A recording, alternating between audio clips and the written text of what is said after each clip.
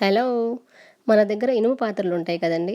అవి తెచ్చుకున్నప్పుడు నీట్‌గా క్లీన్ చేసుకొని, సీజనింగ్ అంతా ప్రాపర్‌గా చేసుకొని మనం వాడుకుంటూ ఉంటాము. మనకు మంచిగా ఐరన్ వస్తుంది. ఇదంతా బావుంది. ఎప్పుడైనా తడి తగిలినప్పుడు కానీ, మనం ప్రాపర్‌గా రీస్టోర్ చేయనప్పుడు కానీ, అది రస్ట్ వస్తుందనమాట.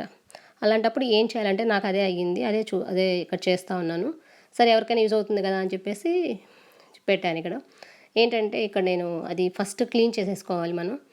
సో, అంటే మనం మళ్ళీ నాన్ స్టిక్‌లా రెడీ చేసుకోవాలి దాన్ని. అంటే అది వాడకుండా పడేయకూడదు. ఇట్లా మనం ప్రాపర్‌గా సీజనింగ్ చేసి మళ్ళీ రీస్టోర్ చేసుకుంటే కొన్ని సంవత్సరాలు, కొన్ని తరాలు కూడా వాడుకోవచ్చు ఇలాంటి ఐరన్ పాత్రలని మనం. సో, ఫస్ట్ ఏం చేయాలంటే రస్ట్ వచ్చిన పాత్రను తీసుకొని బాగా క్లీన్ చేసేసుకోవాలి. సోప్‌తో ఫస్ట్ స్క్రబ్బర్‌తో చేసేసుకోవాలి. స్టీల్ స్క్రబ్బర్‌తో. అప్పుడే ఆల్మోస్ట్ పోతుంది మనకి ఆ రస్ట్ అంతా కూడా. ఇంకా మళ్ళీ సోప్‌తో కూడా వాష్ చేసేసుకొని ఆ నీళ్ళంతా తడంతా లేకుండా చూసుకోవాలి. తడంతా ఆరిపోయిన తర్వాత తడి ఆరాలంటే స్టవ్ మీద పెట్టుకొనైనా మనం వేడి చేసుకుంటే తడి ఆరిపోతుంది.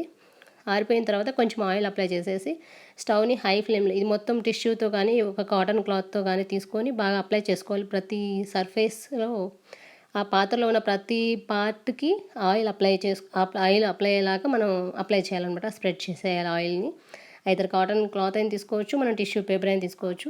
ఇలా చేసుకున్న తర్వాత మనకి అది ఇంకా క్లీన్ అవ్వలేదు, ఇంకా డర్టీగా వస్తూ ఉంది ఆ రస్ట్ అంతా అనిపించినప్పుడు మళ్ళీ సేమ్ ప్రాసెస్ రిపీట్ చేయాలి. అది వాష్ చేసి స్క్రబ్ చేసేసి సోప్‌తో మళ్ళీ కడిగేసుకొని, మళ్ళీ ఆయిల్ అప్లై చేసుకొని, మళ్ళీ స్టవ్ మీద పెట్టేసి ఇలా ఈ ప్రాసెస్ అంతా ఎప్పటివరకు చేయాలంటే గనక మనం టిష్యూని క్లీన్ చేస్తున్నప్పుడు నీట్‌గా రావాలి అది బయటకి. అంటే రస్ట్ కానీ ఏమీ లేకుండా నీట్‌గా వస్తే గనక అప్పుడు పర్ఫెక్ట్‌గా సీజనింగ్ అయినట్టు. ఇది మనం స్టవ్ మీద పెట్టి హై ఫ్లేమ్‌లో పెట్టినప్పుడు మళ్ళీ ఆయిల్ అప్లై చేస్తాం కదా! ఆ టైంలో మనం ఎగ్జాస్ట్ ఫ్యాన్స్ కానీ, డోర్స్ కానీ అన్నీ ఓపెన్ చేసుకొని పెట్టుకుంటే బెస్ట్. ఎందుకంటే స్మోక్ వస్తుంది కదా అది.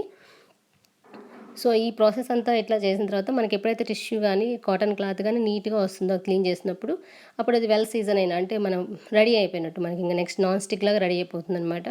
సో, దాన్ని మనం తడి ఏమి లేకుండా మంచి ఒక ప్లేస్‌లో రీస్టోర్ చేసేసుకోవటమే. తడి తగలకుండా చూసుకుంటే గనక అది మనకి కొన్ని తరాల వరకు వస్తుంది. కొన్ని నెక్స్ట్ జనరేషన్‌కి, ఆ నెక్స్ట్ జనరేషన్‌కి అలా వాడుకోవచ్చు. మనం ఇప్పుడు ఐరన్ పాత్ర తీసినా కానీ మళ్ళీ వాడుకోవడానికి అది నాన్ స్టిక్‌లా ఉంటుంది. ప్లస్ అది షైనింగ్‌గా కూడా ఉండాలండి. మనం గమనించుకోవాలి. అలా ఉంటేనే అది వెల్ సీజన్డ్ అయినట్టు. సో, అట్లా అయ్యే వరకు అంటే అది ఫుల్ షైనింగ్‌తో ఉండాలి. ఎప్పుడు మనం అది ఓపెన్ చేసినా కానీ, తీసినా వంట చేయడానికి కానీ, దేనికైనా వాడుతున్నప్పుడు అది బాగా షైన్ అవుతూ ఉంటే కనుక అది వెల్ సీజన్డ్ అనమాట.